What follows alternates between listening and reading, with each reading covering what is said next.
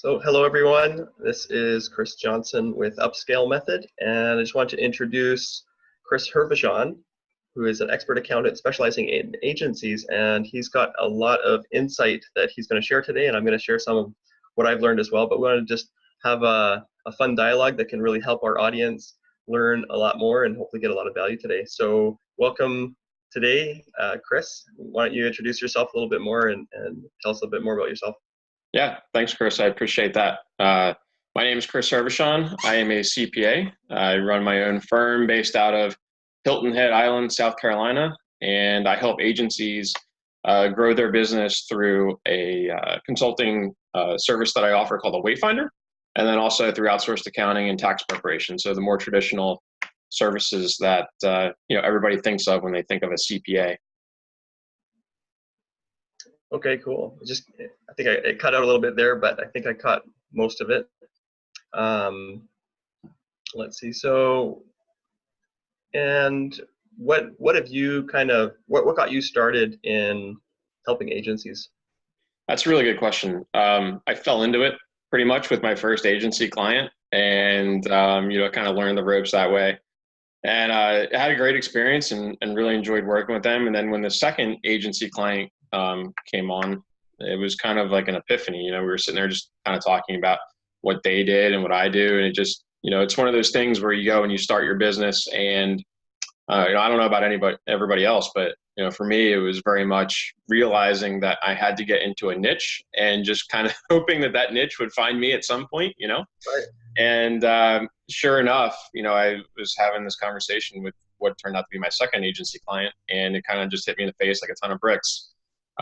That agencies are somebody who's a really good fit for my service. I very much focus on automating the mundane tasks and then providing advisory services on the back end of the good data that we get from that.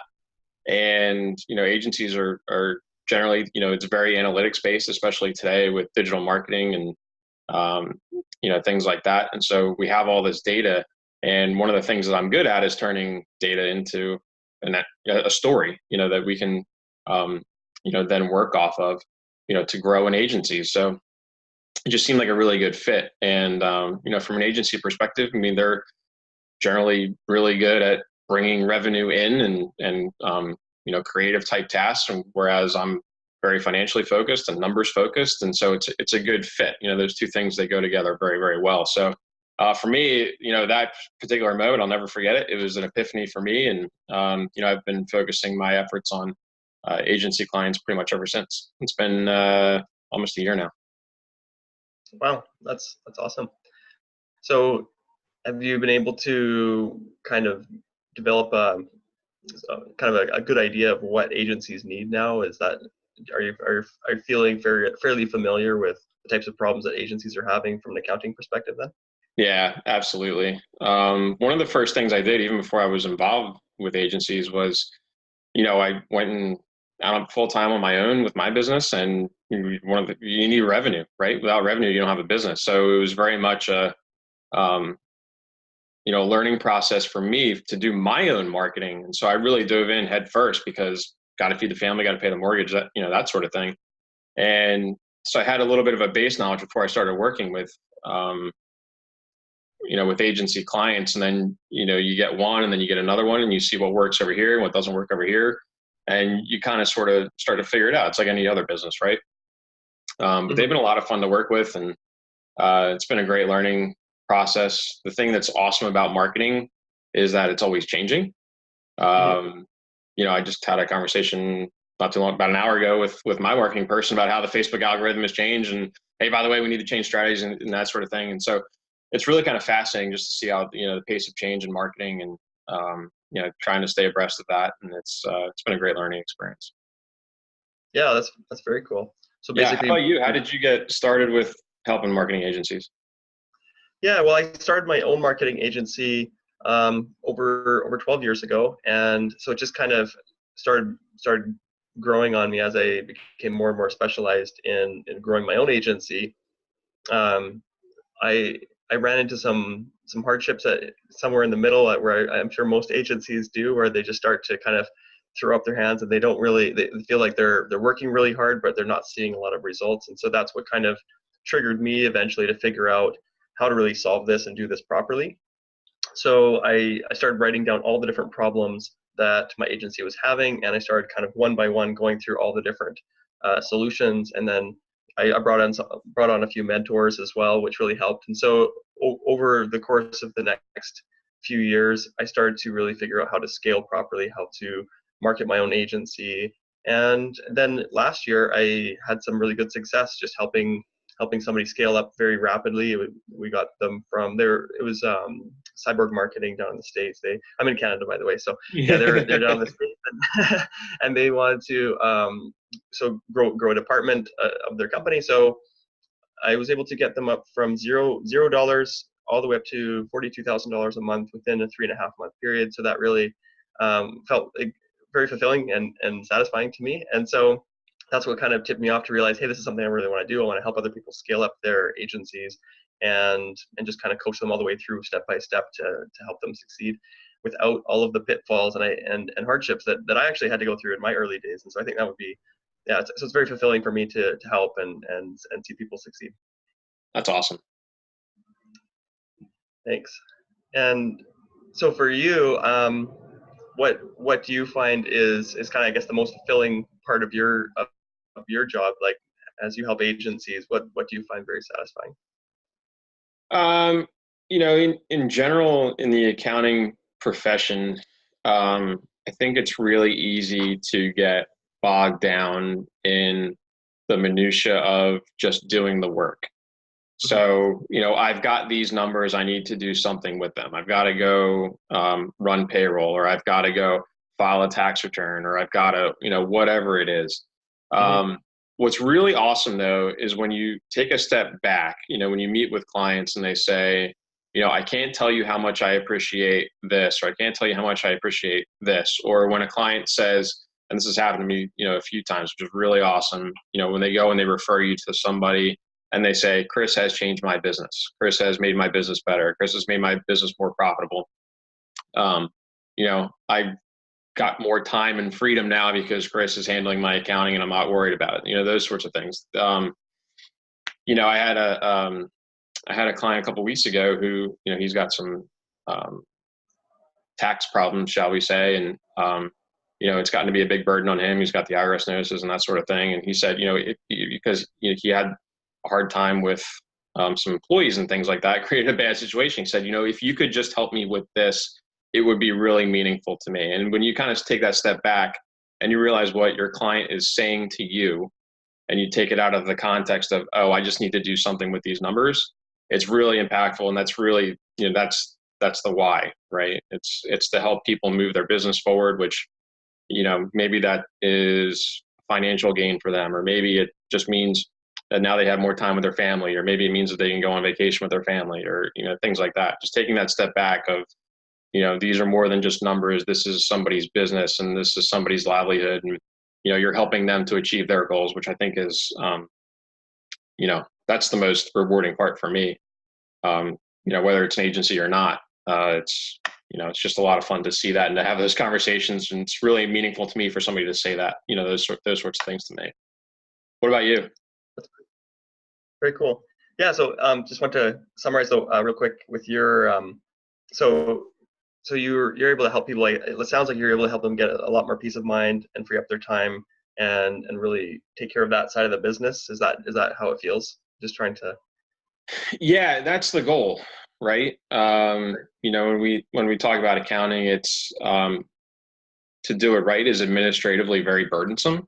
There's a lot to it. If we think just about the taxes that that an agency will pay, for example, you've got employees, you're paying all sorts of employment taxes. You're paying your state income taxes. You're paying your federal income taxes. You may or may not be paying local taxes, business personal property taxes. On and on and on and on. Right? That's administratively very burdensome. On top of that, you want to know how you're doing. Did I make money last month or not? Did I make money this month? Am I making money this month? Do I have clients who are not profitable? Do I have clients who are profitable? Do I have services that are not profitable? All that stuff, right? That's to figure that out is administratively very burdensome. So from that perspective, yeah, I take that on and then I condense all of that down and turn that into good information that we can then start to make strategic decisions based off of. And that data that you have in your business, that's what you can then turn into insight and then turn into action and turn the business that you have into the business that you want. So we have those conversations, and it's taking that data and telling a story and saying, this is where you are, this is where you told me you want to go, this is where we need to go, and this is what we need to do to get there. So that's basically my value add, is on the backside with all of the analytics and the strategic advice and those sorts of things. That's very cool. Yeah. Actually, I'm fascinated by that because I think that would help a lot of agencies to really understand that part of their business better. And one of the questions I had, I think you mentioned this, previously when we were discussing it, but I didn't really understand exactly like how in depth your analysis goes. Like you were saying things like you can help them understand which industries are really making them the most profit, or what's making them money, and which ones are not. So basically, you help, like, do you look at the fine-grained details for them and look at what's really driving their profits, and then is that kind of where you're able to help analyze and improve their business? Is that a good, or maybe explain it a bit more? So. Yeah, sure. So if you've got a client list and it's let's just say it's 10 clients long. Okay, you're providing services to 10 clients. And let's just say that those 10 clients, they cover, I don't know, 6 or 7 different industries. So, right. Maybe you're servicing for, 2 or 3 firms in the financial sector, so CPAs and financial advisors, and then maybe you're servicing 2 to 3 restaurants, and then maybe you're servicing 2 to 3 realtors, and then maybe you've got another, I don't know, you've got a construction company or something like that. Okay. Right. So, from my perspective, what I do is I take those clients and we assign them to an industry. Mm-hmm. And so, when you go send an invoice out, well, I'm sending an invoice for this client. And so that automatically matches that revenue to that client and then also to that industry, right? Okay. So the next iteration or the next step in that is to figure out, what sort of expenses go toward that client and then therefore that industry. So when we're talking about expenses, we're talking about time. It's always going to be your biggest one, even if you're a solopreneur. And then we're talking about, items or software that you purchase for that client in order to deliver those services. So are you buying web hosting service? Are you paying for Facebook ads? Are you paying for some other sort of CRM software, or whatever, where you're getting billed and then you're then in turn billing the client? So we need to know what all of those inputs are. The biggest one of that is always going to be time. And so you need to be tracking your time, and you need to be tracking your time by client. And from there, we can figure out, what that labor cost is going to be for that client. Once we know that by client, then we then know that by industry. And I'm kind of down in the weeds now, so I'll bring it back up to another level. But when you take your revenue, you take your expenses that you've allocated to those clients, when you subtract the two, you've got your profit by client. And then that also gives you your profit by industry. So if we know that we have industries that are not profitable, we know that we have clients that are not profitable, then we need to be thinking about doing something else. And if we know that we have clients and industries that are really profitable, then we need to consider scaling that industry or that type of client to get more of them, which will then make the agency more profitable. And then the other thing that'll do is it'll make it more efficient. So, if you service 2 CPA firms, for instance, you don't need to recreate the wheel for the second CPA firm, because you already kind of know the lingo, the jargon, what works, what doesn't work, the kind of services that they offer. Whereas if you're going to go from a CPA firm to a restaurant, those are 2 totally different things, right? It's, mm-hmm. totally different to be talking about Wednesday night specials at a restaurant than it is to be talking about tax returns, during the month of April. Trying to market those 2 things, totally different. So, being able to specialize and get that niche, by industry or by service type, hopefully both, creates profitability, and then it allows you to scale more efficiently. Does that make sense? Yeah, that's very cool, because that's very similar to what I teach and preach, is to really niche down and focus on what you're good at. And I think what you're able to do then is really help people identify more clearly what's really working and what's not working on a more granular level, things that they may not even realize.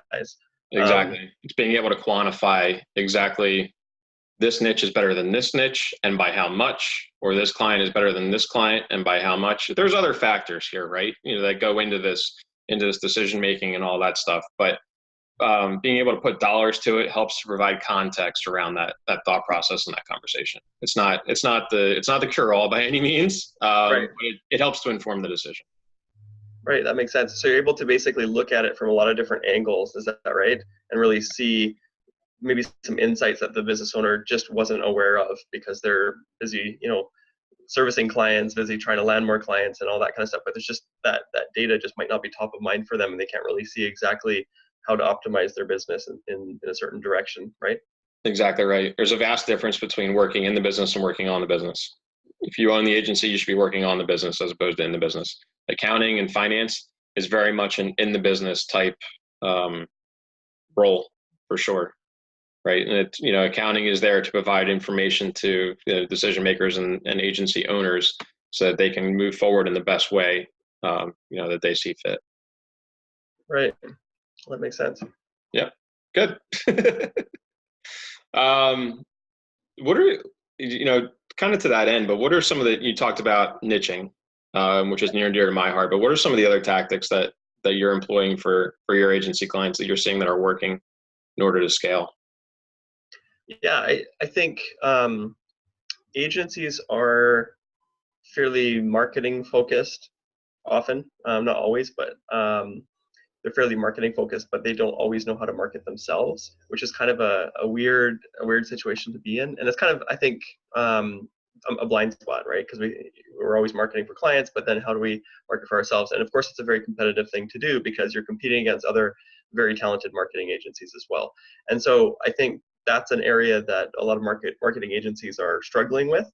And so there's a number of areas that they need to focus on. I think one common one that's kind of interesting is, especially since I'm a little bit more focusing on web and development kind of agencies. So they're a little bit on the geekier side of life, and they're not so they're not gonna maybe have as much sales follow-up as much as they need, for example. So there's things like that where they need to follow up more often, and they can see better results with just following up more often, for example, or just understanding the sales process a lot deeper and how it specifically applies to agency clients and how agencies can optimize that. And I think that's a big area that they can focus on. Another big one that I think is huge that helps agencies is just realizing the importance of targeting bigger clients. So a lot of agencies sort of have, I don't know, I call it a poverty mindset, where they're basically desperate for clients, and so they'll often take on clients that are too small,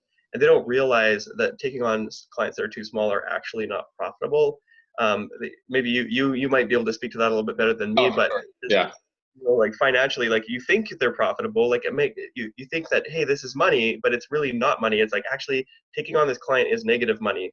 absolutely. And yeah, so people don't really realize that, and that's actually what stops them from scaling. And they don't realize, like, what they're doing is by selling certain client projects, they are burning more midnight oil basically on themselves. Like the business owner has to take on the extra work, or maybe they have to push their staff a little bit harder or pay them a little bit more, and sink the company a little bit into the red a little bit more. So being very careful about what type of clients to take on becomes very important for scaling up an agency. So I think those are some, maybe you can speak to that a little bit more. Have you noticed anything kind of along those lines? Yeah, for sure. And I think one of the interesting ways that you can get there is by being able to quantify your value to your clients. So in other words, if an agency is providing X amount of value to their client, they're driving some revenue number, or they've increased revenue incrementally, some number, but the fee is $50 a month or $100 a month or whatever. Those two things, they don't, you've got a wide disconnect, right? So I think that's one thing. I think it's really important to be able to quantify your value to your clients. So that gets into the whole data analytics piece again, right? And And then from an internal, so that's very outwardly looking. But from an internal perspective, that gets back to the whole conversation of being able to figure out what your client profitability is.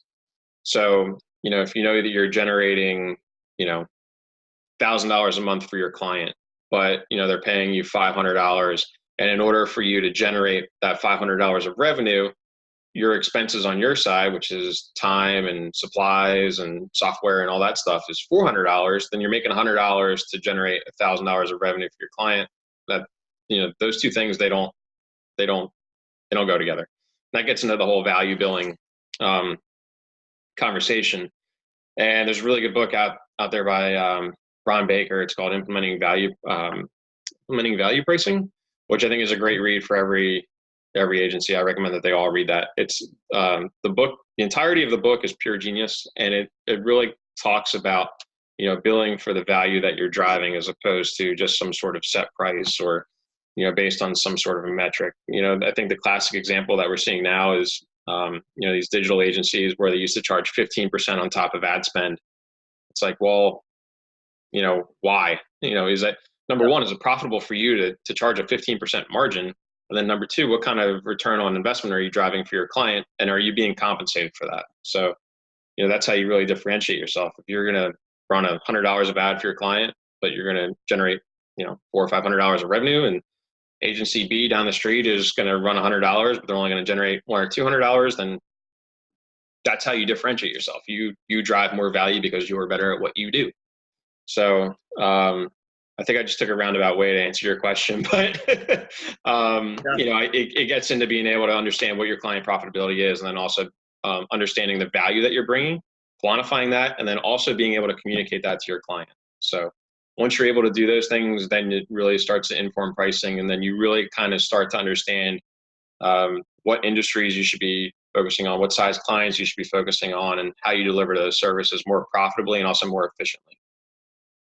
That's awesome. I love that, because I'll just give a little story. One of the agencies I was coaching, he was explaining, I just love the example he gave, where a client was kind of pushing him to do some work for him.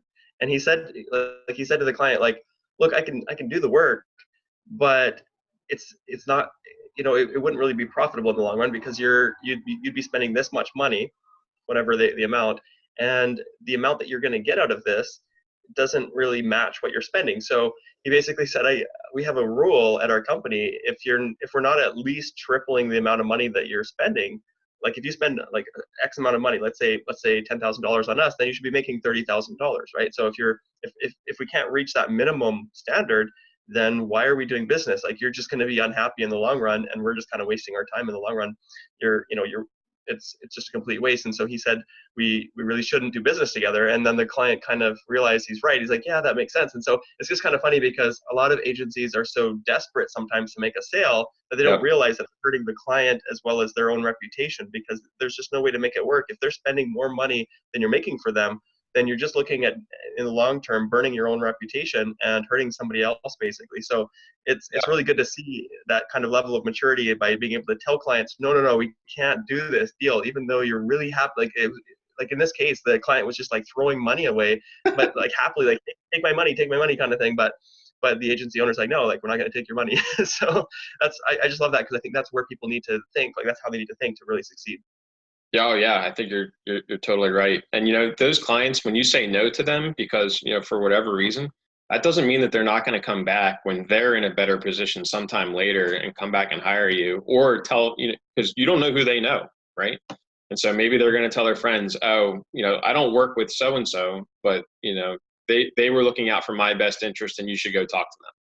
So it's you're not always just throwing revenue down the drain. Sometimes that's the right thing to do for a lot of different reasons, It's so true. The more I think about sales and marketing, this is I think one of the number one hidden things out there is your reputation, or in other words, the amount of people that deeply trust you is everything. Like, the amount of people that deeply trust you. So if you think of that, like, you should always be maximizing that rather than money, I think, in marketing and sales. Like, if you can always be trying to find ways to build your it's kind of like brand building. That's people don't really understand brand building generally. They think it's a logo, but it's actually how many people deeply trust you, and how many people deeply care about you, really, that they're willing to, pick up the phone when you call them, and actually, they're actually willing to talk to you, and happily, happily talk with you and work with you, and throw business your way, that kind of stuff. So if you focus on that one area of building deep amounts of trust and it doesn't have to be with thousands of people, but yeah, if you can build deep amounts of trust with your key clients and your key people in your network, you're gonna make a lot more progress than if you're always focusing on trying to nickel and dime everyone, or trying to make some quick bucks here and there. Yeah, looking out for those people in your network and really providing that value over the long term. That's a really one of I think the biggest ROI activity that we can do. It's about investing into people. This is what I've been learning a lot recently. The people that are investing into human capital, social capital, rather than just looking at making a quick buck from transactions. I think those are the people that are really making more money in the long run, and they're also making a bigger difference. Right. I totally agree with that. So you talked about brand building. What percentage of time or effort should be spent on building a brand versus, some sort of a direct response type marketing effort, do you think? Well, I think they're both kind of the same. Direct, like I understand there's like direct response where it's like, here's a coupon, get 50% off. Yeah. And what that does is it does kind of pull the brand down just a little bit as far as like your positioning. Like you're kind of saying like, we're trying to give you a discount, but you don't have to do it that way. What about like, download this ebook or, something like that, where you're delivering content, maybe not necessarily like you know what I'm getting at? Yeah, you can provide value. You can help people. This is how I see advertising. Is advertising really should be, if you think of it this way, if you're always thinking how can I help people through my ads, right? Like that's the best way to advertise. If you can think of my ad should be providing value and helping people, then you're doing both. You're helping your clients, which is building your brand, mm-hmm. and you're also attracting people to you so that you can basically do business with them. They're going to trust you more in the future. So I think it's kind of the same thing. Like I think people don't realize that advertising is generally a really superficial way of reaching people. Like you're not going to like just see an ad and instantly trust somebody usually, right? Like it's just a very it's a very superficial way of connecting. It's a very small touch point at the beginning, but it can lead to bigger things down the road. And I think if people realize that an ad can really it might be like a free ebook download or some webinar or something, but that can add value to that person, and that builds trust and rapport. And you can actually use that as kind of a stepping stone to build a deeper relationship. And that's really where sales comes from. Sales comes from trust, especially when we're dealing with bigger numbers. And so that's how I see advertising now. Is it's a method to reach new people that are for example, with Facebook ads, you can do behavioral targeting and lookalike audience targeting and all sorts of really cool targeting, which can really get you narrowed in and dialed in on exactly your best clients, which is really good. But it doesn't necessarily mean that you have a great relationship with those clients. So that's where understanding, I think, humans and that we're all human, and that we want to really work with people that we like, and we want to work with people that we trust. And I think if you can really understand that side of it, then you can really start improving your ad campaigns for yourself and for your clients. So would you say that right now Facebook is a good tool for agencies to market themselves, or do you think that there is some other method that's better in order to build that trust? Yeah, I love Facebook. I don't think it's the only way, for sure. Like there's so many ways. I just see it as a tool. Like it's sort of a tool. I also see Facebook as sort of the ultimate partner, in the sense of in both a positive and a negative way, because Facebook could shut your ads down at any time if you piss them off, right? So but they're basically a partner in your network, a very powerful partner in your network. And if you think of it that way, I think it makes sense. Like you don't want to like piss them off, but you can also, if you do run into problems with your ads, you can always reach out and talk to Facebook support and things like that. So it is kind of like almost like a a human relationship almost, but they have a huge network, like a Yeah. really massive network. Plus, their algorithms are really great for targeting. So you've got kind of a huge partner that if you work with them well, then you can do really well. But they're not the only ones out there. There are so many ways to connect with people. But yeah, Facebook's a really good one. Right now, it's, I think, especially good because it's just a little bit cheaper than Google in some ways. It's not perfect. You can't compare the two perfectly, but they both have massive networks and massive reach. But Facebook seems like right now there's just a lot of innovation happening on Facebook side where you can reach people, especially through lookalike audiences. That's a really great way to sort of narrow in and as well as scale up your ads. But yeah, there's just, from what I can see anyways, the price is just a little bit better for Facebook, but that's always changing because people are always bidding up the price because they're making money on it, right? So as they make more profits, then they're going to throw more money in, and then that bids up the price for everyone.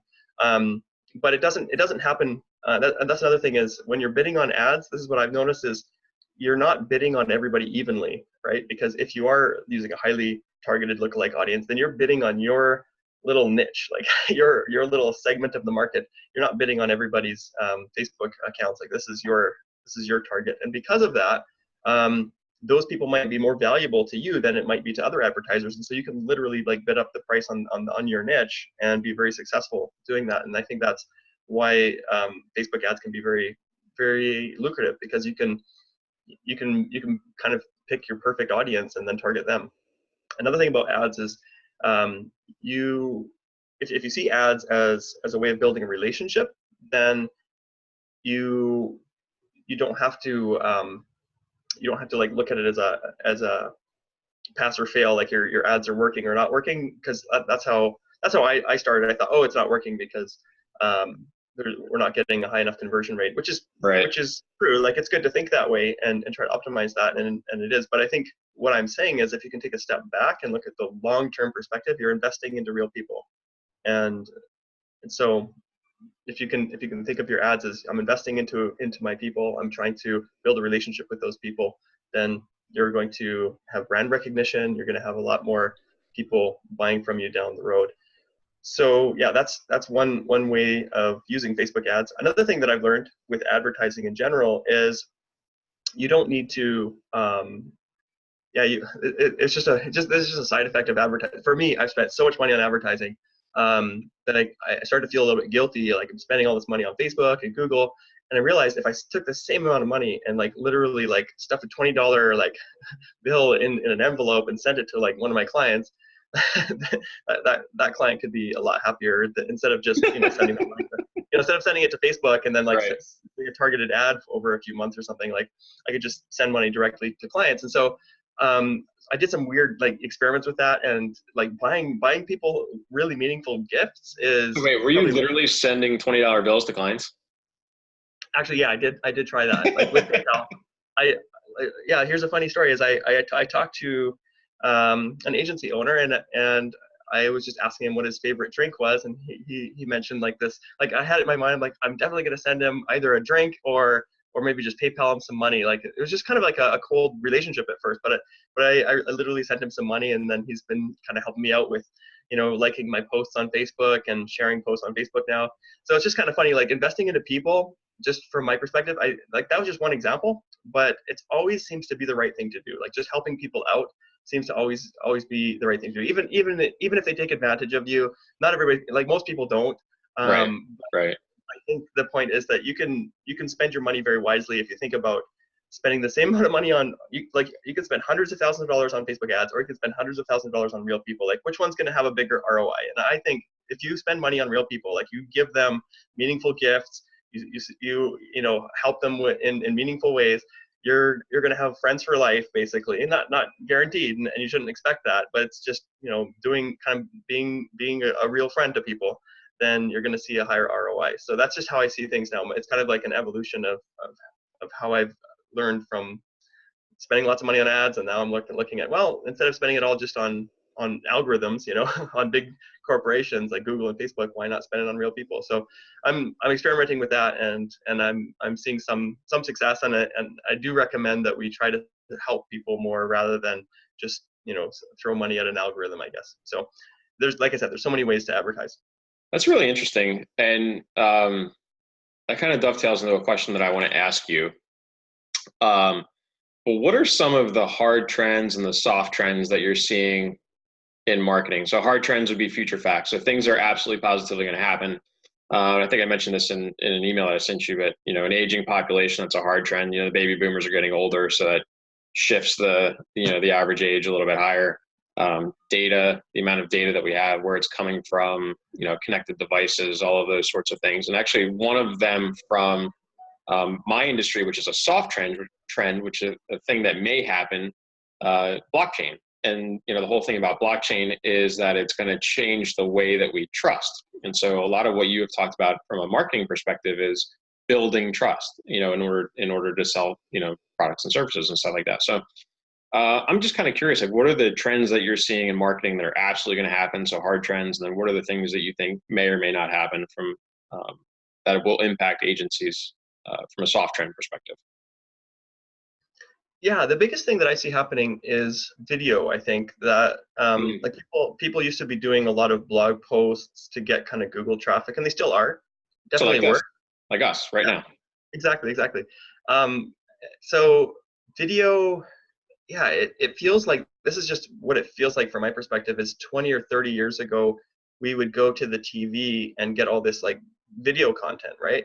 And now with technology the way it is now, it's kind of leveled the playing field so that we can all be video producers and video consumers. And the way our brain is wired is we naturally want to consume sort of visual information because that's closer to reality. It's closer to how our brain was kind of wired from birth. We're wired for visual information and human to human communication. So because of that, that's sort of our advantage. That's our superpower, I guess. And so if we can take marketing to that level, then we're going to get a much higher ROI. We're going to be able to reach people emotionally, reach people socially, reach people with a greater amount of information, because video it has a higher bandwidth than just a written word, and written words are sometimes very easy to misinterpret, and all the different things going on. So Sure. It's the same with this too. Like with our verbal communication this way, it's probably easy to misunderstand each other as well. But at least we've got a little bit of body language. We've got a little bit of a face behind the words. But we could also throw in some charts and graphs and all sorts of cool stuff if we wanted to. And video can really be quite engaging and animated, and you can teach people a lot of information very rapidly through video. So video, I think, is a really big component of the future of marketing, I think. Another part that's happening that's I don't think it's any secret, but it's trending big, like really, really big, is all the chatbot stuff. Chatbots are probably the future because of the fact that we've sort of shifted away from phone calls, we've shifted away from email, and right in the middle, the sweet spot seems to be texting and Facebook Messenger and all the instant messaging type stuff. The stats from Facebook that have shown us that people are not spending all their time on social media. They're spending it on instant messaging. So basically, like, instant messaging is the part of Facebook that is like basically the fastest growing part of Facebook. And it's also where people are kind of spending most of their time. We just want to communicate with each other in a way that is kind of rapid, but without like wasting each other's time, basically. And Right. that's kind of, and in trusted ways. So that's, I think those are the three. With instant messaging, we can communicate in a trusted way without interrupting people as much, and it's fairly quick. So yeah, and I've seen agencies actually combine video with chatbots in kind of different ways, which is kind of interesting. And I think that some combination of that might be the future. I think I'm not totally sure. There's different reasons why chat is good. One, like I said, is people are kind of more familiar with texting. It seems like that's kind of the sweet spot right now. People are gravitating away from email because of all the spam and the time it takes to kind of compose emails and read emails. And they're moving towards a more personal kind of short, text message kind of life. That's kind of where humans are gravitating towards, as far as that's how we communicate these days, which is kind of obvious, right? Like, I think all of us see that, right? Do you see that too? Like in your life and in your friend's life, like everybody's just like kind of instant messaging everybody else? Yeah, for sure. I mean, I've got clients who I've had for years who I mean, they'll just text me. They won't. I probably shouldn't say that out loud, but but it's that's real. Like their primary method of communication is via text or via email. Yeah. I definitely see a trend where people are less likely to pick up the phone, which is interesting. But I mean, what I'm finding is that folks are more likely to talk via Zoom than they are via just regular phone chat. So I think what that tells me is that the face-to-face communication is still very important when you're talking about things that are important. But when it's just like, hey, I'm going to share this bit of information with you, I think that the text is much more seamless and it's much more frictionless, and it's just easier for a lot of folks.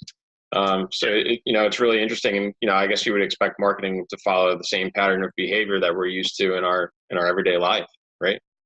Yeah, so that's a really good point, and that's true. That's what I'm seeing is because people are gravitating towards sort of a text messaging and instant messaging. That's where the communication channels are at. That's where we should be at as well, right? Like with our clients, we should try to connect on those levels. I noticed recently, I don't know exactly the cause of it, but I noticed Twilio, the text Yeah. messaging platform, their stock like more than doubled or whatever in the last year. I was just looking at that, and I don't know the exact cause of that. I'm sure I could look into it and find out the exact cause of it, but that just kind of reminds me of what I'm seeing. I mean, it confirms what I'm already seeing in the market. This idea that text is really, text messaging and instant messaging, all of that is really where it's at, and that's what Facebook is seeing. They're seeing that there's more people messaging each other on Facebook than actually using the Facebook platform. So that's pretty crazy. It is crazy. Like here locally, our county, because we pay vehicle taxes, vehicle registration taxes and property taxes to our county. The county treasurer uses a chatbot to pay your taxes. So you just go on there and you say, my name is, and they'll look up your tax bill and they'll say, oh, you owe, whatever for this vehicle that you have. Is this the right vehicle? Yeah, it is. Okay, do you want to give me your credit card? And yes, I do. And then you're done. And it takes 5 minutes and it's super easy. But when you think about when I think about how frictionless that transaction is, and then you look at the things like Messenger and Twilio and the things that you mentioned, and how frictionless it's becoming, it's really interesting to see. And it's like I said, you'd expect for marketing to kind of follow the path of our everyday lives, right? So interesting stuff. Yeah, so that's where I see the future is in down that path. I can't see clearly, like perfectly, what's going to happen, but probably some pretty cool inventions and technologies are going to be built around that. And I've already seen some really good ones, like well, I mean, I don't know, I don't have to name all the names, but a lot of chatbot technologies, of course, that are really quite cool. They're already quite effective at what they do. So like ManyChat, I guess, is one of the ones that comes. ManyChat. The Chat Monkey is one of them, or Monkey Chat. Yeah, I think that's from Neil Patel's chat system. I think that one sounds pretty good. And there's a bunch of other ones, like they're all slightly different. Like they've all got their own kind of systems and stuff. Another one that I think is probably a really good one to look at, or just the idea of conversational forms. It's the idea of, rather than trying to ask people to fill out a form, just talk to a chatbot. Basically, it's the exact same information, but it's a lot more human, and it's a lot easier to do, and it's less overwhelming. And that's a really big advantage that you can. It's just so easy, like to Really? switch a form to a chatbot. Yeah, if you can do that, like you're probably gonna. Well, in my opinion, you're gonna probably double your conversion rate just by switching from a form to a chatbot. Out of curiosity, are you seeing, so one of the things I ask about a lot is testing. And the reason that I ask about testing, and this is probably beyond the scope of this conversation, but maybe for another time, we've got this thing in the States called the R&D tax credit. And so if you are, one, tracking your time, which is something that I talked about before, and two, if you're building out like new processes and things like that, to further your business, you could get a substantial tax credit for that. So I'm wondering, as far as testing between, forms and chatbots, has that happened? Have you seen any research around that? Have any of your clients done any research around that? I'm always interested in what people are testing, in other words. Oh yeah, I've done tons of tests, and I'm always learning from other people's tests, and I think that's what makes a marketer really good. Is it's because I think a part of sales and marketing and advertising, all of it kind of comes down to we're kind of playing with probabilities, right? Like Right. all the time, there's like these I like to think of life as kind of branching out into it could go towards a sale or it could go away from a sale kind of at each point, and like through the conversion funnel, like there's all these different branching points, and each of these branching points are contingent upon certain facts. Like, is it a video, is it a picture, is it a blog post, is it a, Yeah. how did you approach them? So yeah, to answer your question, I've done lots of A/B tests and multivariate tests, and I've seen my clients do a lot as well. And I think that's a hidden asset inside of a salesperson's head or inside of a marketer's head. If you ask them like a lot of questions, they'll probably have some vague idea of, if you change this will give you a 20% boost. If you change that, that'll give you a 30% boost. If you change that, that's a 15% boost. Like, there should be all these little points that, and they're not always going to be right, but it's at least kind of in the right direction, and they know approximately the magnitude of that change, which is kind of interesting, because that's what I've noticed. The deeper you go into it, you realize, well, this could double, and that's why that chatbot one is a big one to me. Like, if you change a form to a chatbot, basically that should double. And the reason is, people see a form and I think they're turned off from it. Like a high percent of people are just like, it's just a little bit too much for me to handle. Like, I see all these fields. You know what I mean? It's just like all these fields. I know exactly what you mean. That's going to take 10 minutes, in their mind. It might only take 1 minute, but it's like 10 minutes, and maybe it will take 10 minutes. And so they're just like completely turned off by it. But when they see something familiar, like a friendly person trying to chat with them, and they just ask a simple question, hey, my name's blah, blah, blah, what's your name? And it's just like, da, da, da, like it's just a back and forth kind of situation. And it feels a lot more natural, a lot more fun, and a lot less overwhelming. So just because of those changes, you do get a significant boost. So I think that's a really cool way that you could play with. You could test that out and see if it's a big boost. It might only be a 50% boost instead of a 100% boost, but that's still huge. Right? Yeah, it's interesting that you mentioned about the testing. If an agency is providing services to their clients, or they're thinking about prospective client, and they're going to go in and do an audit, and an audit, and people call them different things. They call them audits, they call them strategy sessions. Doesn't matter what you call it, but it's essentially due diligence, on a prospective client, and you should be charging for that. By the way, if you're an agency, right, you should be turning that into a product. But if you're able to go in and do that due diligence, and you have all of this, research that you've done around testing and what works, what doesn't work, and what sort of incremental benefit you've seen, you can start to, assess, well, this prospective client does these things, and if I change these things and do these things, it's going to provide this benefit. And if it's going to be this benefit, it's going to turn into these number of dollars for this client. And then that starts to inform your pricing, right? Getting back to the value-based pricing. If you're going to drive, so you have an idea right off the bat. I can drive this much value for this client, and then therefore I should bill my worth for, X or whatever. So and plus you get that, like I was saying, the tax credit potential there too. So, so are you saying, just to clarify, you're saying that you can get a tax credit for A/B testing? Is that true? Is that? But yeah. Well, like I said, it's a little bit more complicated than that. But number one, you got to track your time. It's R&D tax credits, or research and development.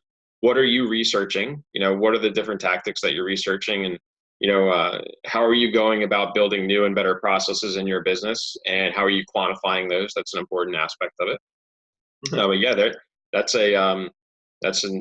certainly something that's available to marketers, and it's significant. Actually, if you follow Jason Swank, he does a podcast on, and his podcast is interesting because a lot of marketing podcasts are around, doing the work. How do you run Facebook ads, or how do you should be running Google ads, or that sort of thing. Whereas Jason Swank's podcast is actually about how to manage an agency, and he did an episode, I want to say maybe end of last year or so, about the R&D tax credit. And, so for anybody watching this or listening to this, they should definitely go check that out. Yeah, it's just an added benefit of operating an agency, and one, getting a financial benefit, two, being able to quantify, the value that you can bring to a client, and then three, being able to charge for your worth based on that value that you think that you can bring. And you've quantified it all, right? So it's not just sticking your finger up in the wind and seeing which way it's blowing. It's actually, you can be more confident about what you're doing. Yeah, and I think that's the difference between, I think, more experienced agencies and less experienced agencies. I think the less experienced agencies Unfortunately, they have no reputation at the beginning and very little experience, and so they're offering their services at very cheap prices just to get their foot in the door, which is good and bad, right? Like, Sure. there's kind of some pros and cons. I personally know the value of your reputation, though, so it kind of makes sense. Like, this is what I've learned. I think that your reputation is sort of way more valuable than money. So if you can really try to improve your reputation at every step, like just keep investing into your reputation, like that's going to make a big difference to your entire business. And what I mean by reputation is, like I said before, like it's the number of people that really trust you deeply, and they like you, and they want to do business with you. So if that's something that you can grow, that's almost invaluable, because you should be able to constantly build on that, and that's worth, that's kind of a money generator for you if you've got a lot of people that really like working with you and they really trust you. So that's what a lot of agencies have. It's an uphill battle at the beginning, and that's why they're offering their services for so cheap. And they really need to, like at the very beginning, they really do need to build up their skills and reputation. And then at some point, yeah, they can quantify their results, and that's when they can do like what you said, is just charge the value that you're providing. You should have a fairly good idea in your mind, the metric with this budget, you should be able to have this kind of ROI. And that's why I talk to a lot of agencies about niching down, because if they niche down, that they should be able to understand exactly what type of clients they can bring to a certain type of industry at what type of conversion rate, and they should be able to really scale that up a lot easier than if they try to do everything for everybody, because that's chaos. I think that's really crazy to try to yeah, like every industry is just so different, and there are similarities for sure, but I just think that I've tried that before, and I think just niching down, focusing on a certain industry is going to help your agency a lot more. So I hope that makes sense. Another thing is, you mentioned that you actually analyze that part, right? Like to try to figure out what really works. And I think there's a few components. One is what you do, which is like analyzing the actual numbers, and then also and I think there's a lot of surprises that agencies can get out of that. So I do recommend anybody watching this definitely check out Chris Hervachon. He can probably help identify some of those numbers, and it sounds like he's the accountant for most agencies out there. It's really good to have an accountant specialize specialize in this exact area. So, and then the other part is really knowing who you are as well as an agency owner. You'll also have you'll know your passions, and you'll know kind of which areas you're going to tend to excel in and be interested in, and what you find challenging and fun. And so I think those are some really good areas to look at as well, because I've been helping businesses for a long time, and one of the two key areas that stood out over the last 12 years of a lot of businesses, some succeeding and some failing, the two parts was passion. The ones that really cared about their business, cared about their customers, they really, they really enjoyed what they do. Those are the ones that really seem to bounce back from failure. Like, something would come along to kind of rattle them, or maybe they might almost go bankrupt, or maybe they do go bankrupt or whatever, but they somehow bounce back because of that passion and because they care about who they're serving. So that was really powerful. And the other second component that I found really powerful is I call it the network, but you could also call it, I think it's the network, like basically the connections that you're building, like you're investing into people rather than into technologies. Technologies are changing all the time, and I think people need to realize that there is some stability when you invest into relationships. Like if Facebook changes their algorithm, which they have, like they do all the time, like, and Google changes their algorithm all the time. Yeah, like people have invested tons of money into SEO, and then all of a sudden they're gone. Like they're invisible on Google, like after years and years of hundreds of thousands of dollars invested into SEO, and then all of a sudden they're gone. And that's because probably, black hat or, bad SEO practices. But, the point is that we can try really hard sometimes to please these technological kind of machines, and then the machines change because they can, and they will, because things are always changing and adapting. So I think it's really important to realize that there's a lot of stability when we invest into real relationships and real people. And part of that came from my understanding of some of the most stable companies that I've worked with were the ones that actually had physical stores, like physical locations, like manufacturers, or like a store, like an actual store, a physical store, rather than just an e-commerce store. The e-commerce stores are very unstable compared to physical stores, because physical stores have real relationships with real people, with a real presence, with real, people stopping at the stoplight and seeing the signage on the side of the road or whatever. So there's real staying power for that. And I group all of that into the idea of having a network or a physical presence. I guess that's kind of the same type of idea, but you want to be really connected to a real community, real people. You want to be connected to a tribe, and that will provide a lot more resilience to your business. And so with those two things, passion and sort of tribe, I guess, or connection to real people in real life, that's going to really drive success for a lot of people. And I think too many people are trying to like get rich quick, or trying to like tweak this one little strategy or one variable, and that'll help maybe for the short term, but then they won't know why things are not working out. And I think people just need to get to understand themselves better. Who are you? What are you good at? And then focus on putting all your energy in that direction and start connecting to the right people in that area. So anyway, I hope that helps with anybody watching this. Yeah. Niche down, find your passion, and move forward. Start connecting with people and investing into others. And I think you'll see a lot more success. Yeah, build that trust. I think that's a great, great point to end on for today. I think we covered a lot of ground, and certainly a lot of nuggets in there for sure for anybody listening. So I think it was a great conversation, and really appreciate it. Yeah, it's really great talking to you, Chris. And yeah, hopefully we'll see a lot more agencies succeeding because of what we do. And yeah, I'm really excited to see what comes of this, and work with some more agencies that are, if anybody watching this, if you feel like anything here really resonated with you, feel free to reach out to Chris or Chris. We're both happen to be Chris just randomly. But yeah, we are here to help agencies with their growth, with understanding. Chris Hervachon, especially on the financial side. But yeah, reach out and we'll be happy to help you out. So Chris, if somebody wants to reach out to you and start to grow their agency, what's the best way to get in touch with you? Yeah, I would say Facebook Messenger is pretty good. I'm pretty active on there a lot. Email's fine as well. But yeah, just go to upscalemethod.com. And what I recommend is just to book an appointment, because then I can actually spend one-on-one time with you and listen to what it is that you're dealing with and help you out in your particular situation. So yeah, feel free to book something there. What about you, Chris? What's the best way to get a hold of you? That's awesome. Website, betterwaycpa.com. There's a link on there. You can book a meeting with me. Email is always good too, chris@betterwaycpa.com. And you can find me on YouTube, Facebook, LinkedIn, Twitter, Quora, Pinterest, Instagram. You can pretty much find me everywhere. I'm around for sure, but to get immediately in touch with me, chris@betterwaycpa.com. Awesome. Well, really good talking to you, Chris. Likewise, Chris. Have a good day. You too. Thanks. Bye now.